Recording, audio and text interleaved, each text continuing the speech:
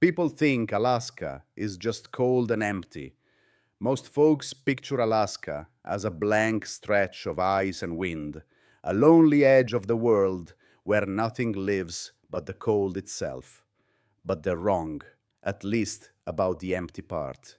Because Alaska isn't empty, it's full of secrets that don't want to be discovered, full of places that vanish off maps like ghosts slipping into the dark, full of a silence that isn't really silent at all, if you know how to listen. For 23 long years, I wore the badge of an Alaska State Trooper. In that time, I've stood over frozen bodies so lifelike they looked like they might just wake up. I've seen entire villages swallowed whole by avalanches, and I've watched men and women step into the wilderness and never step back out.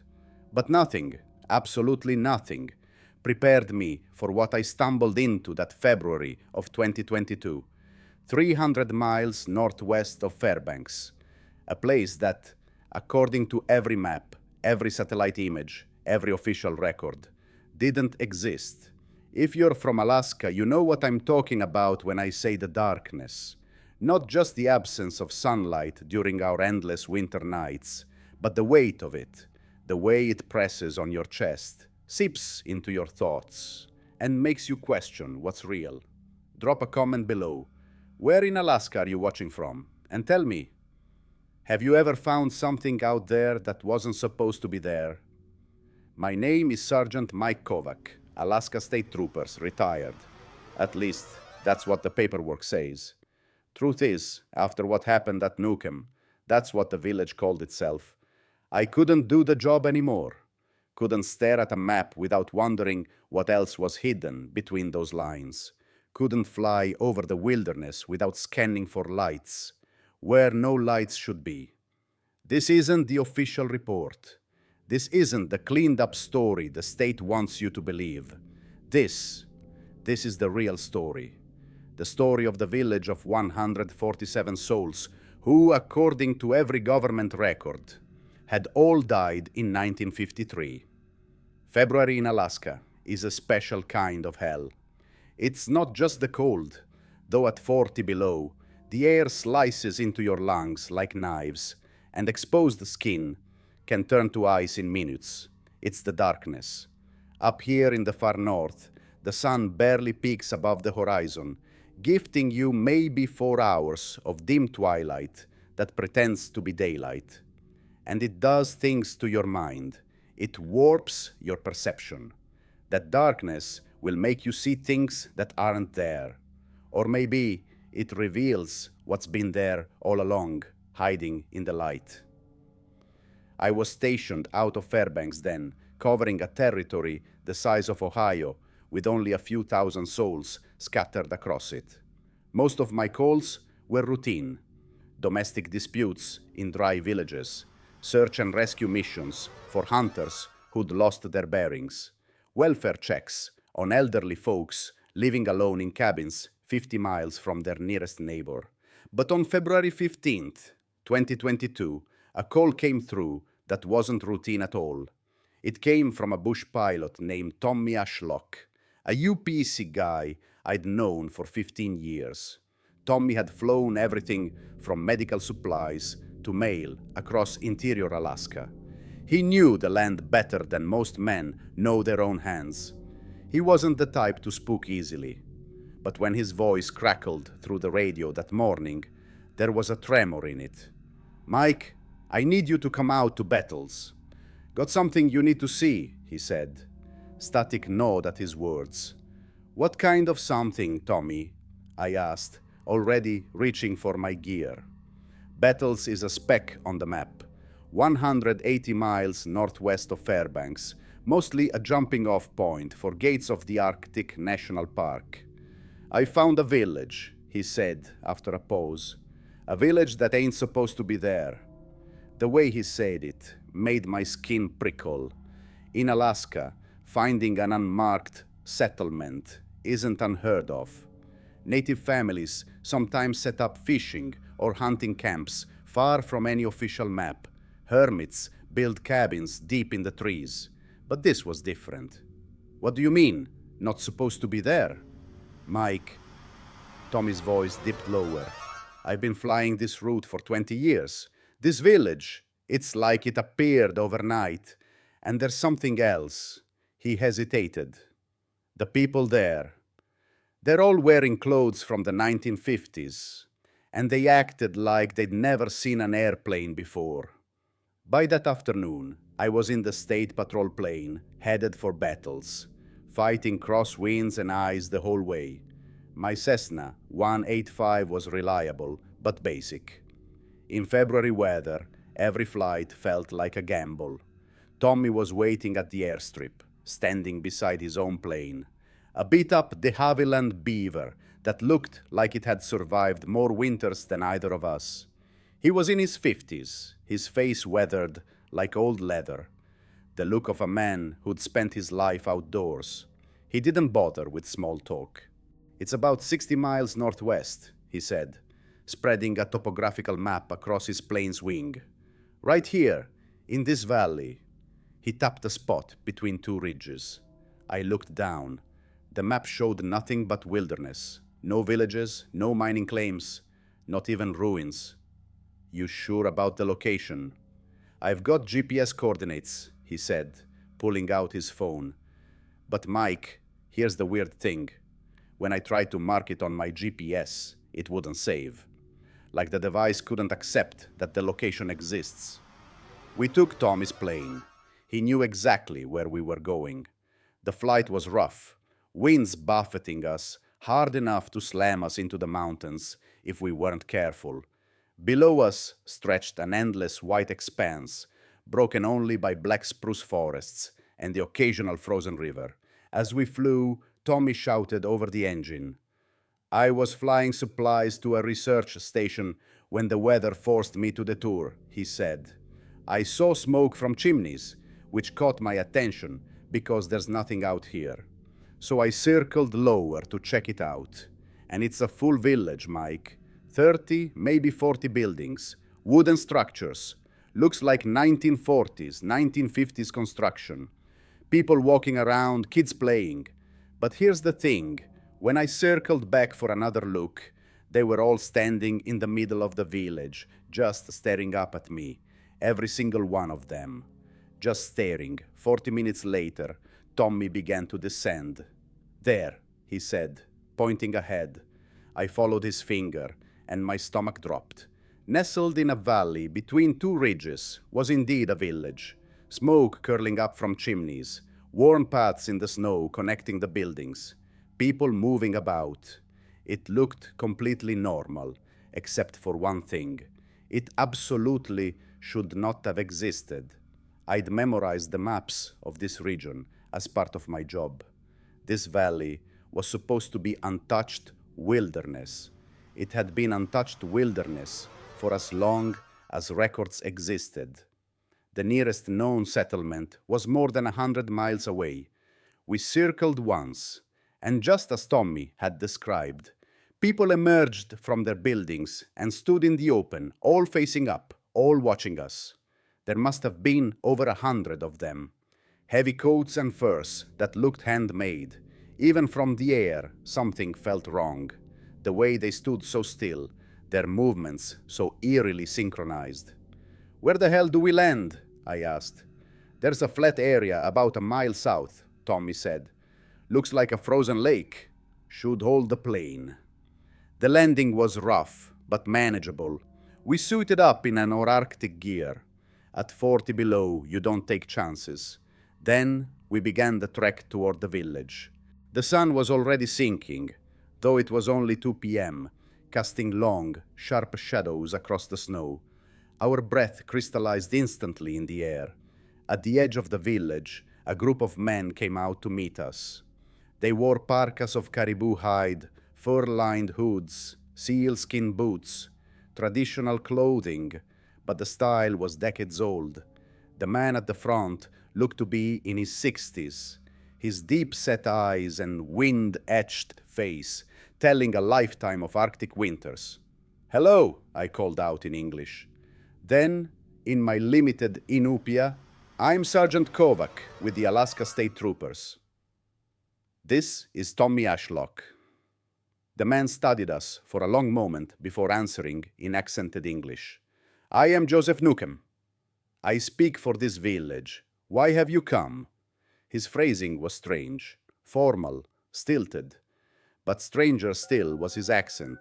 It wasn't quite native Alaskan, not quite Russian, not quite anything I could place. We're just checking on folks, I said, keeping my tone friendly, making sure everyone's okay out here. We didn't know there was a village in this valley. Joseph's expression didn't change. We have been here for a long time. We trouble no one. We wish no trouble. How long have you been here? I asked. Since the beginning, he said simply. I tried a different angle. Is this village registered with the state? Do you receive supplies, medical services? We need nothing from outside, Joseph said. We have what we need. Behind him, more villagers gathered. Men, women, children, all in the same old-fashioned clothing, all watching us with blank, unblinking eyes. There was something deeply unsettling about their stillness. No fidgeting, no whispering, just silent, collective focus. Could we look around? I asked, just to make sure everyone's all right. It's part of my job. Joseph paused, then nodded slowly. You may look, but you must leave before full dark. He turned and walked back toward the village, clearly expecting us to follow. Tommy and I exchanged glances, then fell in step behind him. Entering the village felt like stepping back in time. The buildings were rough-hewn log structures, with sod roofs and small windows covered not with glass, but with scraped animal hide. Smoke rose from every chimney, and the scent of burning wood mixed with something else. Seal oil, maybe, and the musky tang of tanned hides. But it was the people who made my skin crawl. They moved normally enough. Women scraping hides, men repairing tools, children playing simple games. But whenever we passed, they stopped. They stopped and watched us. Their eyes followed us with an intensity that felt predatory. This is wrong, Tommy whispered to me in English, his voice low and urgent, like he was afraid the frozen air itself might carry his words to the villagers. He leaned closer. These buildings, Mike, some of this construction, this isn't just old style. It's old, like actually old, like it's been here for decades, and he was right. You could see it in the wood itself, weathered to a silver gray, the grain splintered by years of wind and ice. You could see it in the ground, too, paths worn deep into the permafrost between buildings, grooves that couldn't have been made in a single winter, or even a handful. Everything about this place whispered of age. Not just age, permanence. Joseph led us toward the heart of the village, where a larger building loomed ahead. It looked like a community hall. Heavy beams, smoke curling from a vent at the top, a dark doorway yawning like an open mouth.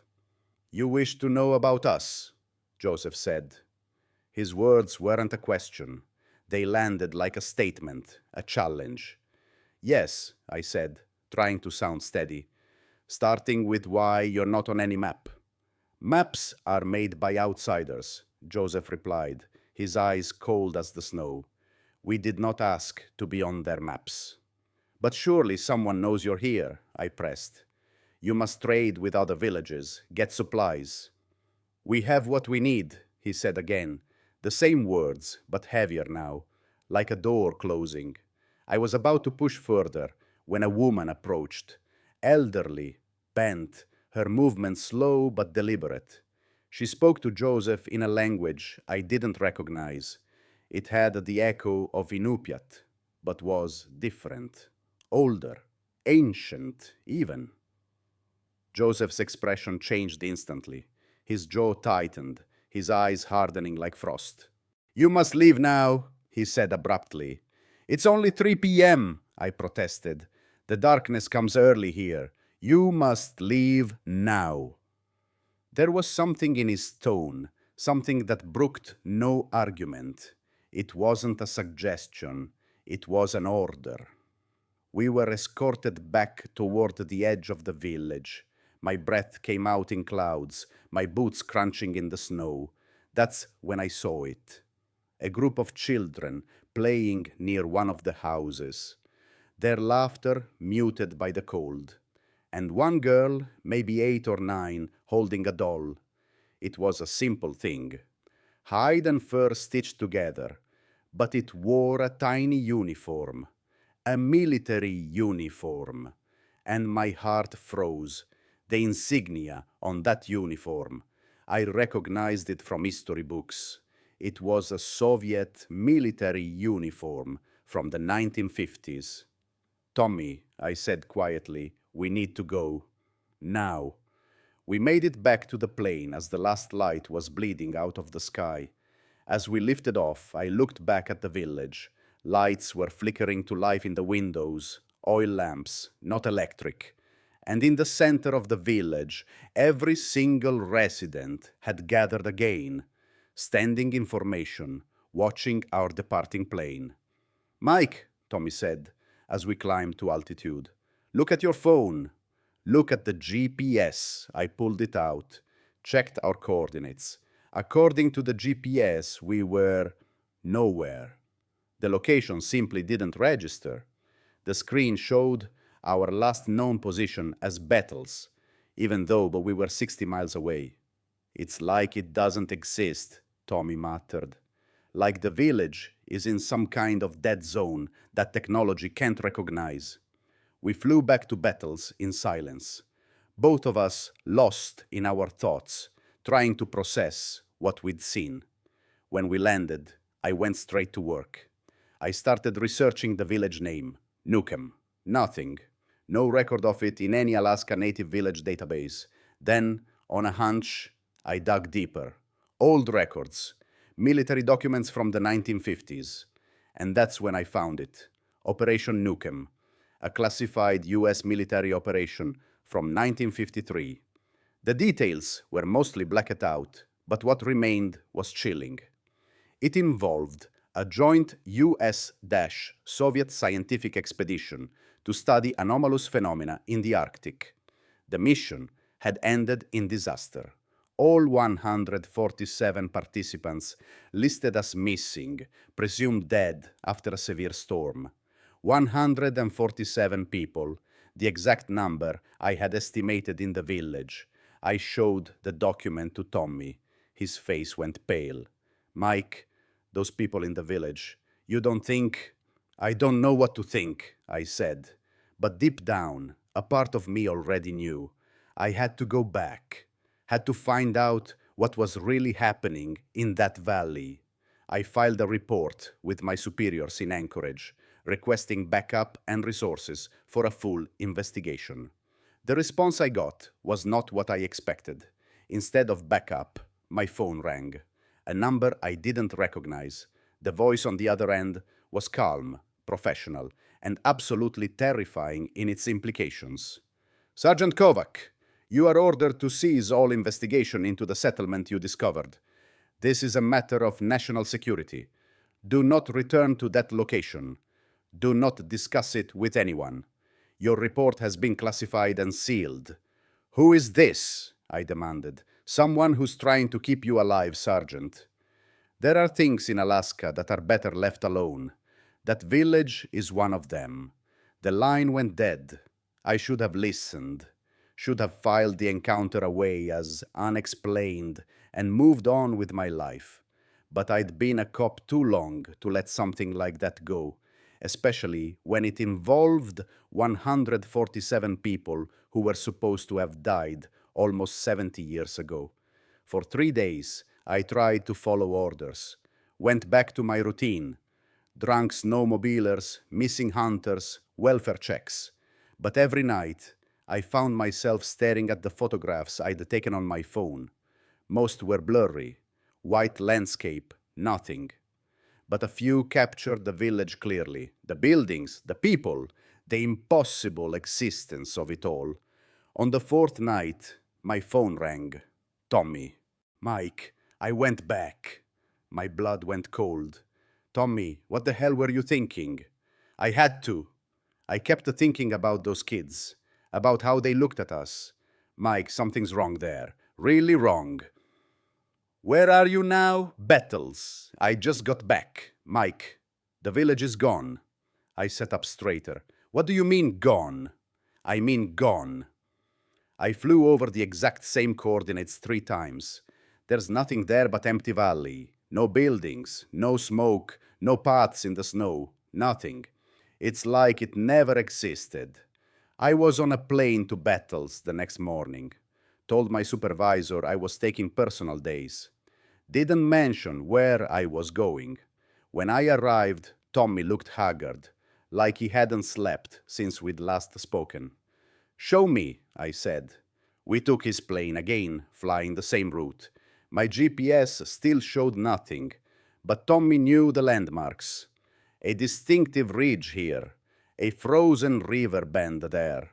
When we reached the valley, my heart sank. Tommy was right. The valley was empty. Pristine snow covered everything, unbroken, untouched. No buildings, no smoke, no trails. Even the spot where we'd landed on the frozen lake 4 days earlier showed no sign of our visit. This is impossible, I said. There were over 100 people here 4 days ago.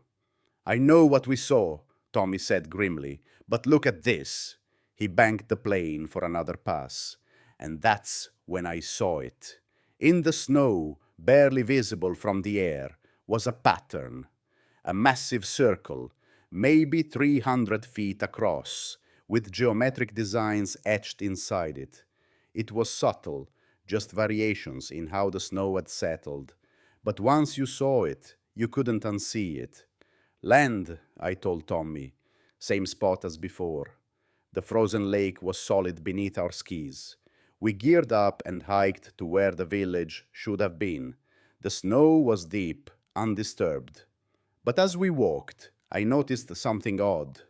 My compass was spinning slowly, unable to find north. Tommy's was doing the same thing.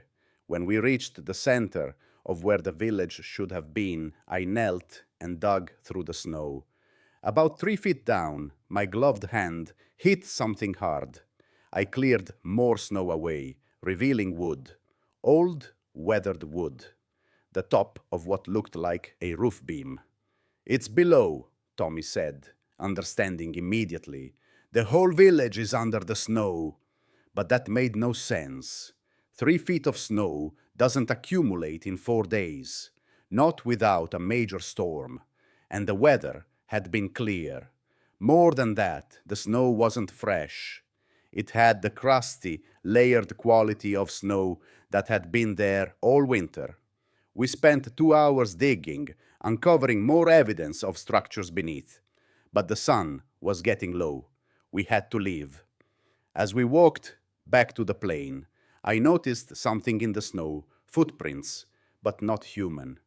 Too long, claw marks at the ends. They led from the buried village toward the mountains, disappearing into a line of trees. Tommy, I said, pointing to the tracks, what makes prints like that? He studied them, his face pale. Nothing I want to meet. That night, back in Battles, I made a decision that would change everything. I was going to find out what happened to Operation Nukem, classified or not. I had a contact in Anchorage, a former military intelligence officer named Sarah Chen, now a civilian contractor. If anyone could get me information, it was her. Sarah met me at a coffee shop in downtown Anchorage 2 days later. She was in her 40s, Asian American, with the kind of alertness that comes from years of living among secrets.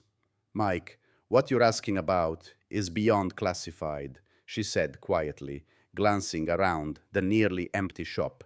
It's in the black files, the kind of thing that doesn't officially exist, But you found something.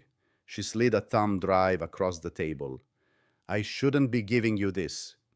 If anyone finds out, they won't. Operation Nukem was a joint operation, like you found.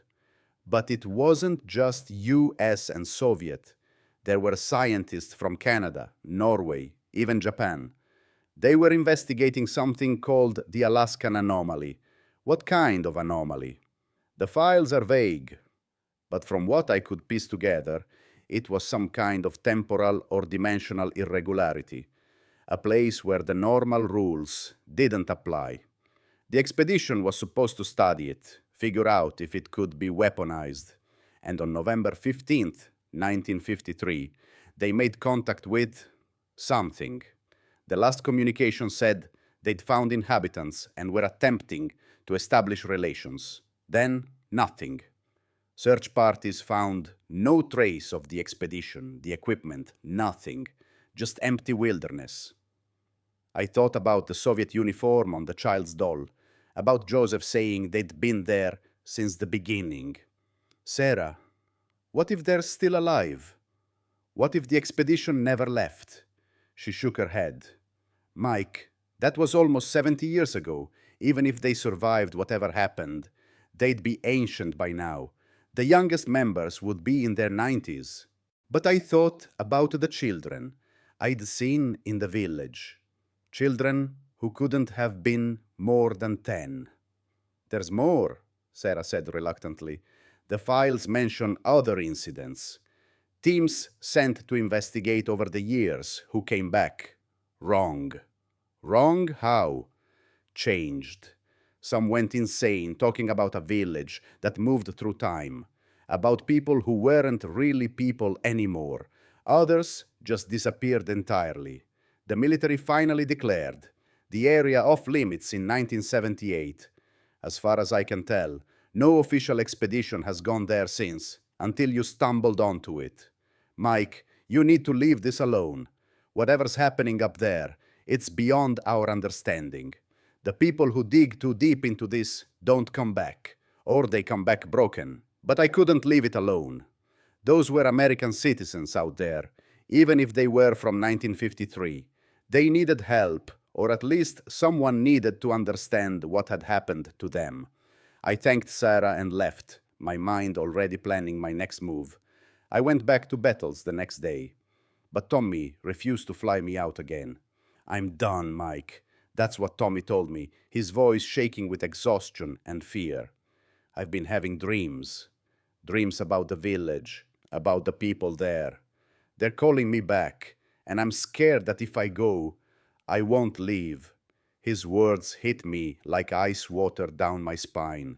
You ever hear someone sound so certain, so broken, that you just know they're not exaggerating? That was Tommy. So I hired another pilot, a young guy named Brett. He didn't ask questions, and I didn't offer answers. For him, the money was good enough. For me, it was a chance. I told him I was running geological surveys and had him drop me at the frozen lake. I carried camping gear, a satellite phone, and one instruction. I'll be back in 3 days. If I don't call, send help.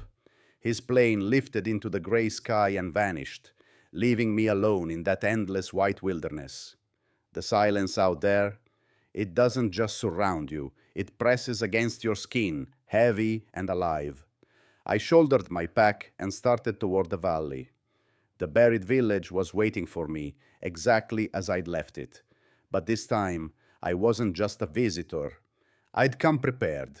In my gear was a ground-penetrating radar unit, borrowed from a friend who worked in archaeology.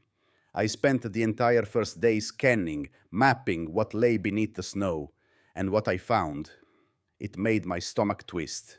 The village was all there, preserved like a fossil beneath 3 feet of snow that logically shouldn't exist.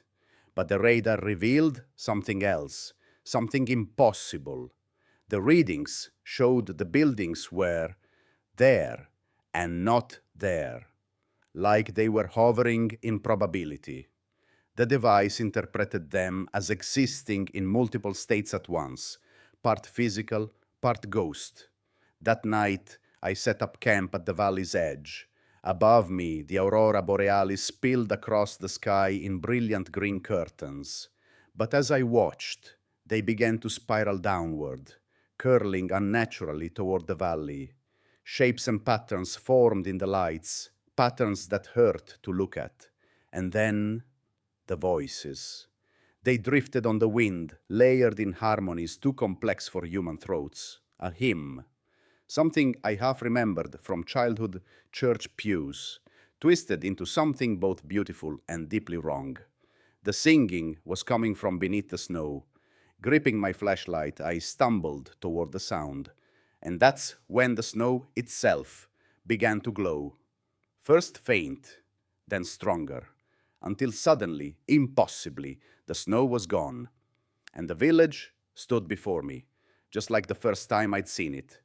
Smoke curling from chimneys, warm light glowing in windows, and in the center of it all, every single one of them, all 147 villagers standing in a circle, singing.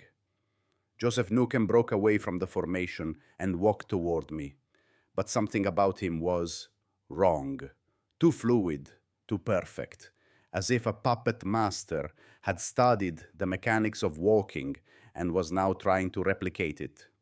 Sergeant Kovac, he said, but his voice wasn't a voice. It was layered, a multitonal echo resonating like the hymn itself. You should not have returned. My hand went instinctively to my sidearm. What are you? Joseph tilted his head. We are what we were made to be. The expedition succeeded, in its own way. They found the anomaly, found the place where time folds back on itself. They tried to study it, but you cannot study something like that without becoming part of it. My chest tightened. You're the expedition members. His smile flickered. We were. Now, we are more and less. We exist in multiple states simultaneously. 1953, 2022, and many points between. We are here and not here, alive and not alive. My throat was dry. The children. How are their children if you've been here since 1953? Joseph's expression stretched into something resembling warmth, but his eyes stayed cold. Time is not a line, Sergeant. It is a web. The children were born in 1953, in 1967, in 1984, in 2001. All at once. They age and don't age. They are eternal and temporary. I tried to breathe, but his words pressed down on me like a physical weight. Why show yourself to me? Why let me find you? He stepped closer, his form shimmering as though flickering between versions. We didn't let you find us. You always find us. It already happened. It is happening. It will happen. And now, you are part of it too. That's when I felt it. Reality bending around me, cracking open. I looked at my hands and saw through them. Multiple versions of myself stood layered over me. Younger, older, different choices, different lives, all existing at once. No, I staggered back. I'm leaving.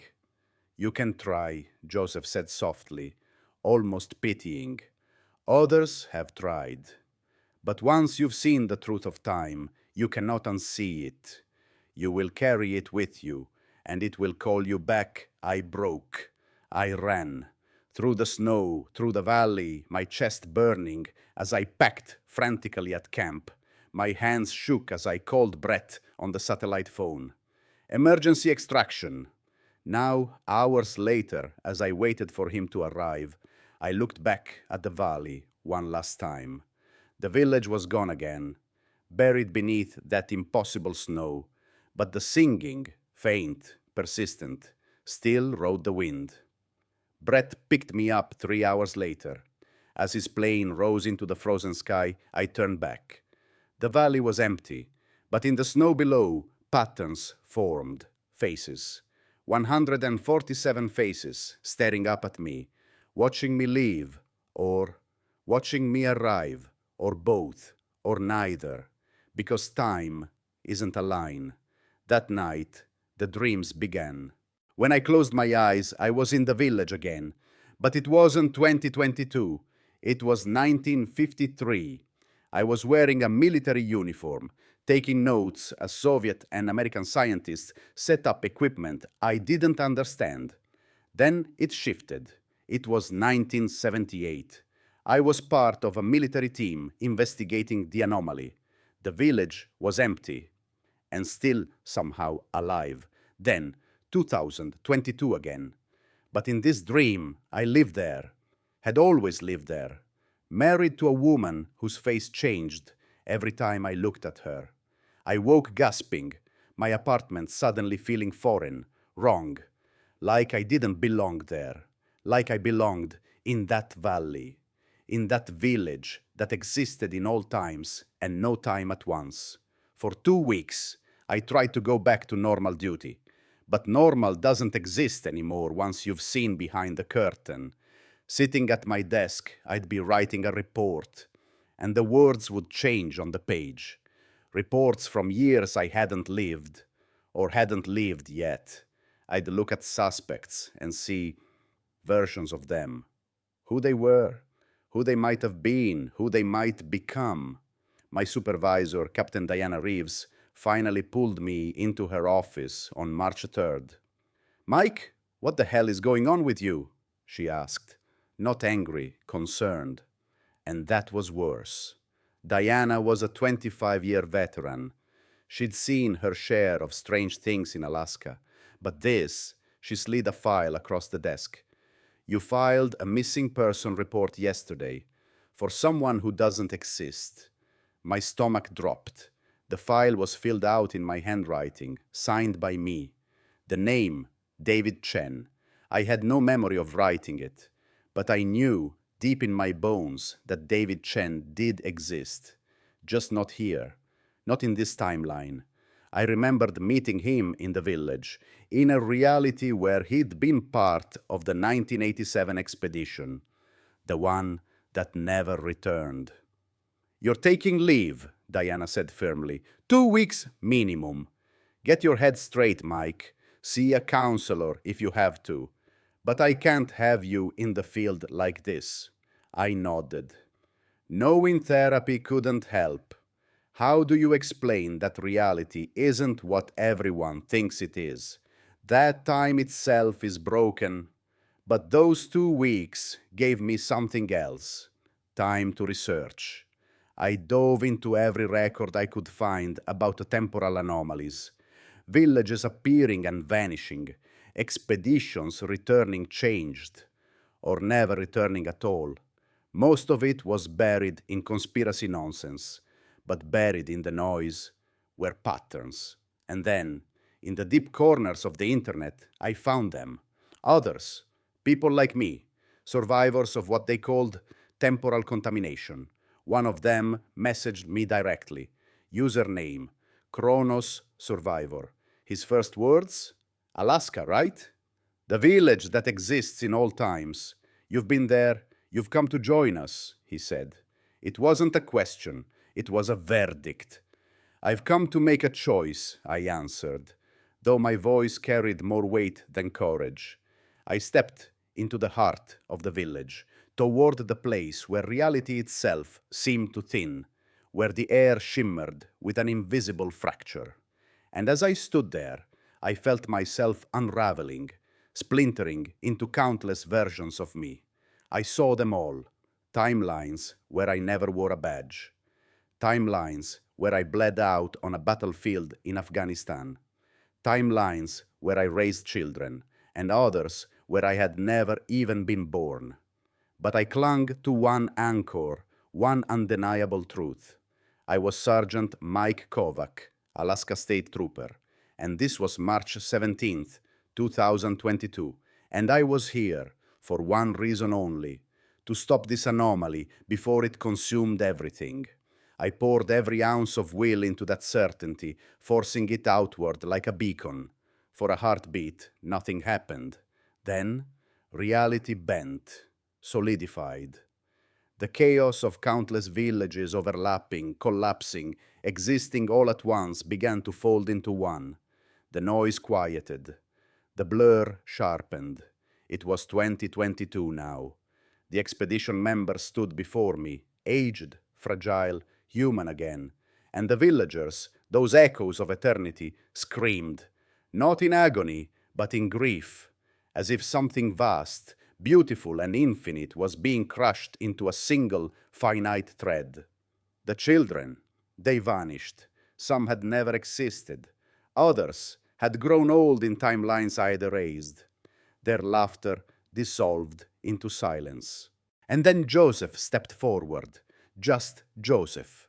No longer a chorus of voices, no longer an impossible being, just an old man, trembling, confused, his eyes clouded with years he hadn't realized had passed. What? What year is it? He whispered. 2022, I told him gently. You've been here for 69 years. The anomaly still pulsed. I could feel it humming beneath reality's skin, but it was trapped now, bound inside the single thread of time I had chosen. Still alive, still dangerous, but caged. And I had paid the price. Part of me would always remain here, fused with the anomaly. I could live with my body, but my mind, my soul, would never fully escape. Back at the plane, I turned to Tommy. We need to evacuate them, I said. Rescue teams, medics, psychologists. These people need help. Mike! His voice cracked. Your eyes. I caught my reflection in the plane's mirror. My eyes weren't just mine anymore. They held depths, reflections, shadows of other versions of me, some who stayed, some who left, some who never came here at all. I forced a smile. I'm okay. It was a lie. Let's just get them the help they need. The rescue was a masterpiece of bureaucratic fiction. On paper, we'd stumbled across a forgotten religious commune, elderly members suffering from mass delusions. Maybe tainted water, maybe isolation-induced madness. Ridiculous, but sometimes the absurd is easier to believe than the truth. Helicopters thundered in. Medics worked tirelessly. Out of the 147 villagers, only 43 still lived in this timeline. The others, gone. Some had died decades earlier. Some had never existed here at all. The math of it was a nightmare I refused to solve. Joseph Novak, that was his real name, not Nukem, was carried to a helicopter. A physicist from MIT, 1953. Before he left, he gripped my arm, his old eyes burning with sudden clarity. You've taken our place, he rasped. Someone has to anchor it. Someone always has to anchor it. I know, I whispered. It will call others. The anomaly needs watchers. Keep them away. Or teach them for how long, I asked. He gave a smile so heavy it hurt to see. Time isn't a line, Sergeant. You'll be here for no time and all time. You've already been here forever and never at all. Nonsense. And yet, I understood every word. After the evacuation, the valley was sealed off. Officially, it was environmental contamination. Unofficially, shadow agencies I'd never heard of moved in. Permanent monitoring, silent watchtowers over reality itself. They offered me a consulting role, a leash. I accepted, not to serve them, but to guard the truth. When I returned to Fairbanks, Captain Reeves was waiting. My resignation papers already on her desk. I don't know what happened out there, Mike, she said softly, and I don't think I want to. But you're different now, changed. This job isn't for you anymore. She was right. How could I write a parking ticket when I could see the driver across 10 different timelines? How could I solve crimes when I knew in other realities they never even happened? I handed her my badge. Take care of yourself, Mike, she said. Whatever you found, I hope it was worth it. Worth. What a strange, empty word. I moved to Battles, close enough to watch the valley, far enough to breathe without its whispers. Tommy stayed too, carrying the same scars. We didn't speak much about it. We didn't need to. Our eyes said enough. The burden, the multiplicity, the quiet horror of knowing. The official monitoring station bristled with machines that hummed and blinked, measuring this and that.